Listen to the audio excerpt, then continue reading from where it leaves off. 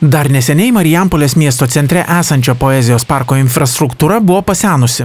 Čia mažai kas vykdavo, o marijampoliečiai ir miesto svečiai šią vietą dažnai aplenkdavo.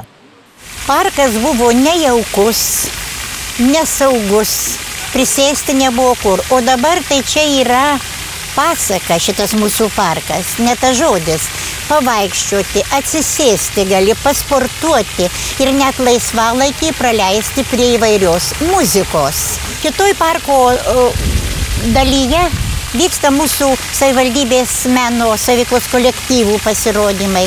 Ir kas yra nuostabiausia, kad koncertai ir renginiai atitinka žmonių poreikius ir amžių. Pasinaudojus Vidaus reikalų ministerijos administruojama ES struktūrinių fondų parama, parkas kompleksiškai sutvarkytas, atnaujinta jo infrastruktūra. Projektas iš dalies finansuotas Europos regioninės plėtros fondo lėšomis.